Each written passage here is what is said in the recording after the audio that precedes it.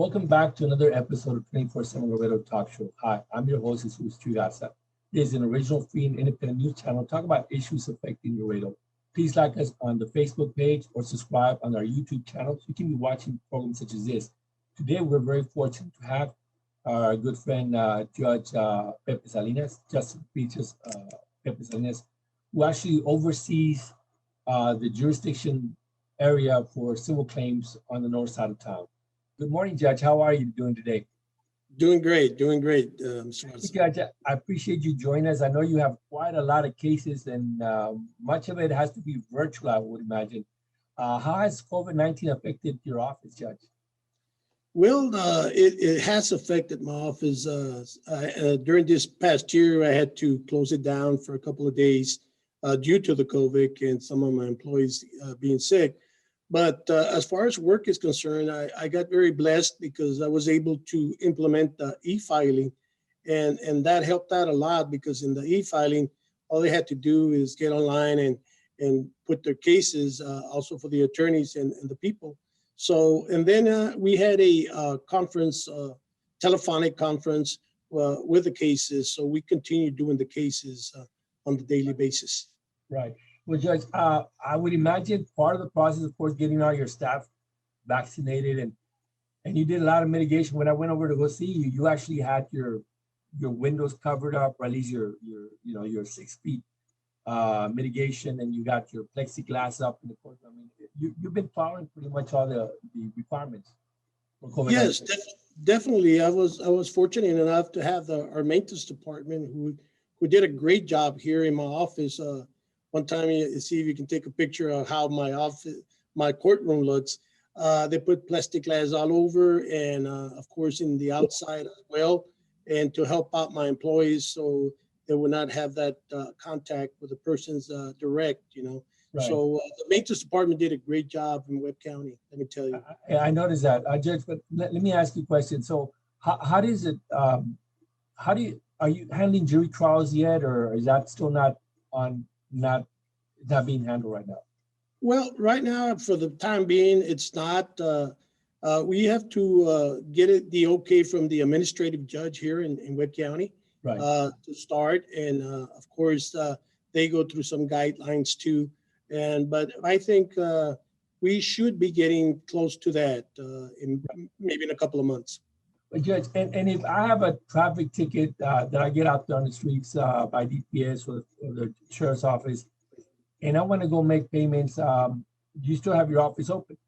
Sure, Yeah. definitely. Take They care can of- come in. Yeah, they can come in and we'll take care of them. And they have a question, they want to talk to me. They can talk to me on the phone and we can do it telephonically. Right. And we do that. Also, they can call and pay with a credit card, Right. on the phone. That's the easiest way to do it. That's for sure. Definitely. But Judge, so how do you handle then? You're handling the north side of town basically, but can you tell us more or less on the civil side what type of cases you handle and what area are we talking about?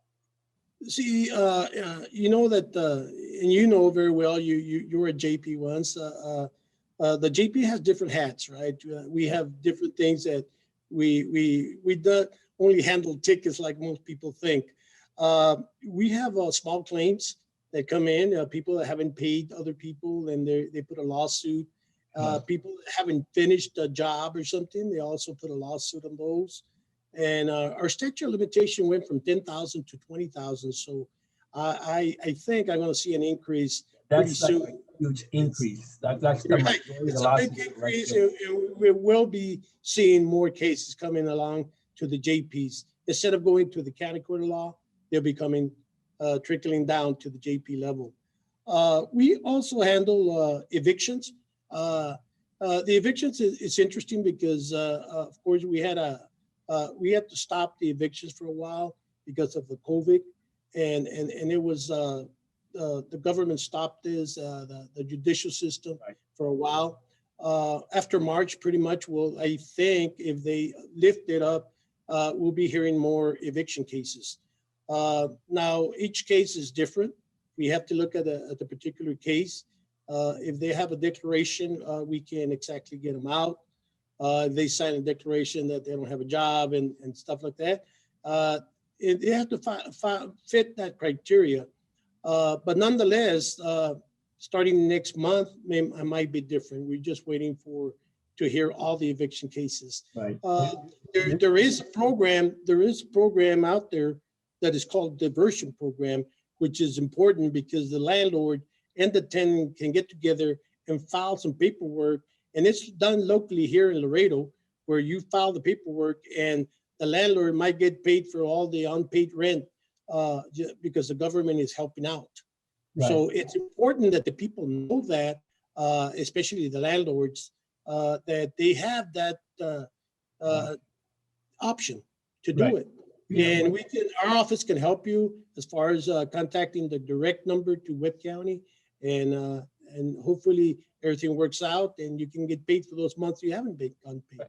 Well, there is rental assistance programs with the city of Laredo and the county of Webb, and so people, I take it you have their phone number, so people are not paying the rent, and to avoid eviction, they qualify for these monies. All they have to do is contact your office possibly, and maybe you can just sort of direct them where to go and hopefully take care of their problem.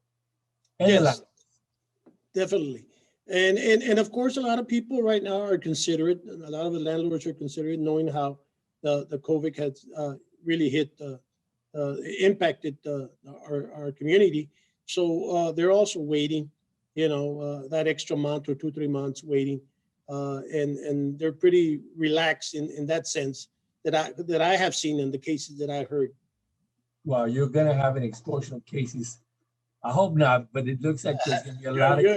Yeah, we're going to continue hearing a lot of cases after the uplift of the government stopping for COVID. The issues of the criminal cases, Judge. If I wanted to file a peace bond, and I'm from the south, or I'm from the west side, do I go to the judge where that area is at, or can I go outside the district? Yeah, in a peace bond, you can. You can go to any NAGP. On the eviction part, no. In the eviction part, you have to be in your district. You have to go where your district, where the house is, or particularly that precinct, you have to apply there for the eviction. Judge, for the record, what is your district? What area covers the north side? Well, pretty much. The north side is pretty big. All Del Mar, going to Mines Road. Does it include Alexander? Alexander, yes. Alexander United, all the way to Los Botines. Yes. So it's a pretty large area. It also includes part of the west side, like the Mines Road, I take it, right? Right. So, it takes a part of the Mines Road. Right. If the people have any questions as far as that, they can call the election office, and they'll tell them exactly what precinct they can file. Oh, okay. Judge, by the way, I know that y'all are open with some exceptions, but what are your schedules, or if people want to go to the office, is your office open regular hours, or how does that work? Our schedule is Monday through Friday from 8 to 5 right now. Right. Okay, so but you're open pretty much today, Monday through Friday, 8 to 5. Yes, even at noon. Wow. We have people working at noon here. So COVID didn't really stop you from having work, I would imagine. No, actually, I'm glad that we implemented the e-filing, even though the e-filing is not mandatory by the JPs at the present time, but it will be. And I started looking into that about a year ago, and we were able to implement it before the pandemic came in. And let me tell you, it was a blessing for me. Right. So as you can see, there's a lot to talk about with Judge Salinas. We'll be right back after the short break.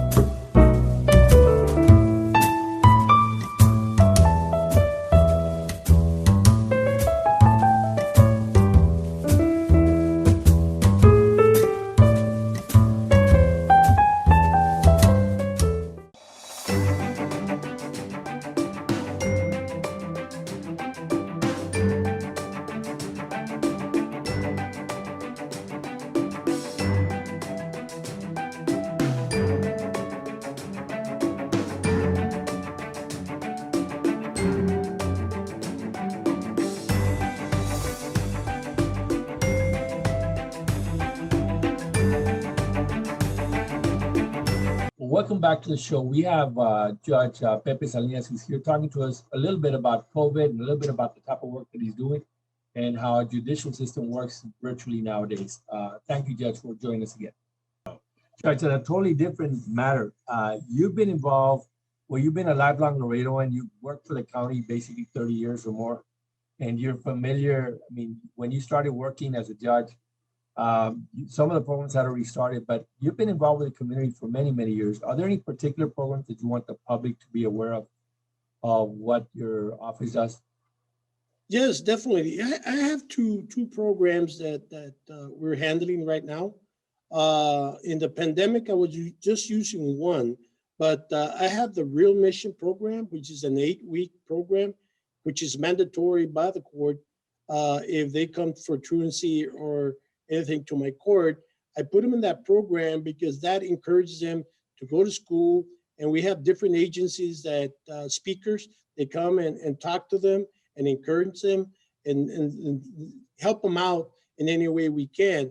A lot of the agencies, I'm glad and I'm blessed that I have I don't know, 15 or more agencies just helping me out. So I'm very blessed, and it has to do with law enforcement. Of course, I'm very familiar with law enforcement. I worked 30 years in the sheriff's office, so I know a lot of people as far as, and they're willing to help out the students, and that's a real blessing for me. Right. Well, Judge, I mean, that's one of those programs that you have for kids or young people who have issues with either traffic tickets or truancy or truancy. Exactly. What about if they have a son or daughter, Judge, they're having issues with, and there's not really a case pending? Can they maybe participate in your program, or do you talk to parents who have problems with their sons or daughters on discipline issues sometimes?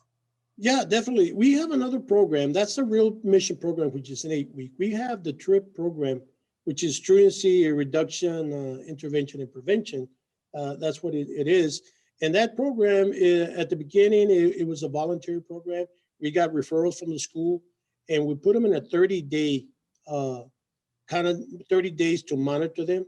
And we see them, our case managers, Brianna and Chris and Ramiro, they take care of that. And I have department just for that. And they monitor the students for 30 days. And they also have presentations. And we also have a jail tour, and we try to help them out as much as we can, and we monitor them for 30 days, and hopefully that's even before they come to my court. That's right. So that's a program that I have before, and if they do come to my court, then we have the other program, which is the Real Mission, which would be mandatory for 8 weeks, and we monitor them for 8 weeks, and after the 8 weeks they finish, we still monitor them for about 2 more weeks with my case managers. Well, when I went to your court, Judge, I saw a lot of people still there. So, I mean, your work doesn't end. It doesn't end. You still have a lot of work every day. I remember now, I just remember that you're actually the only judge on the north side. On the south side, we got 2 judges. On the west side, you got 2 judges. But you actually have the court load, actually 2 judges. Is that about right, basically? Yes, definitely. I have a lot of work over here on the north side. But I'm very blessed that I do have the staff that I do, right. And it makes it easy for me. Yeah. I have my department is broken down into 3 departments. One is traffic, the other is civil, and the other one is, of course, truancy, juvenile. So right. Each one I have different people taking care of business in each area. Oh, that's good. Well, Judge, the deal with the pandemic, I mean, you were, all of us went through this pandemic. It's been a year now.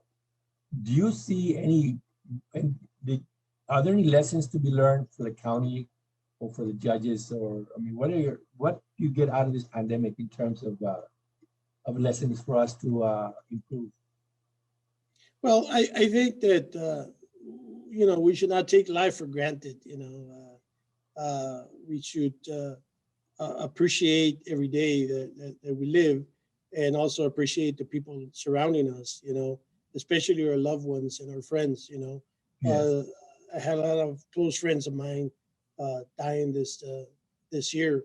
So you become very humble, believe me, after this, and being locked up in the house and not having the luxury of going out to the Yes. movies or just even simply just going out to eat.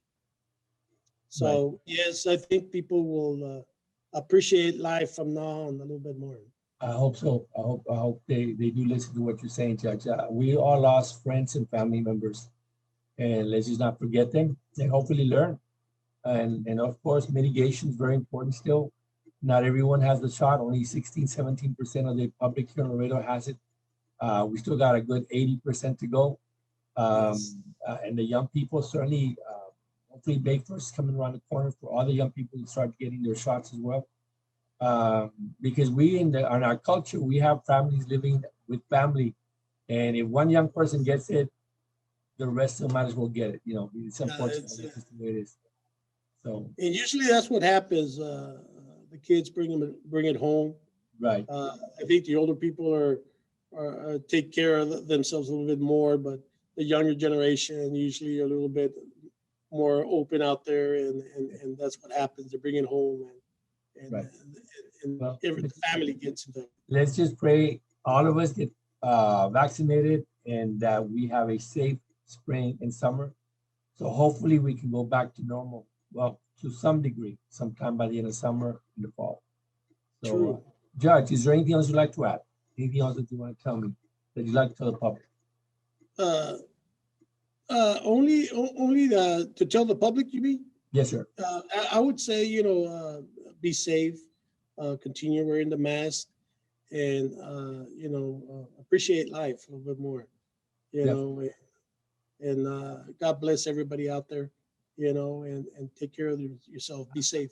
I know, Judge, that when I went to go see you earlier, you also have your own mask, even though you're already vaccinated. But we need to keep wearing the mask until it's basically safe for all of us. Right. Todavía no. Pero meantime, we keep wearing it. Judge, I want to thank you very much for talking to the public. They appreciate all the work that you've done. Obviously, you're one of the hardest working judges. I still say, of all the JPs, not to speak any of them, but certainly you are the most busiest court on the here in Webb County as it relates to justice of the peace work. You're carrying the load for 2 judges.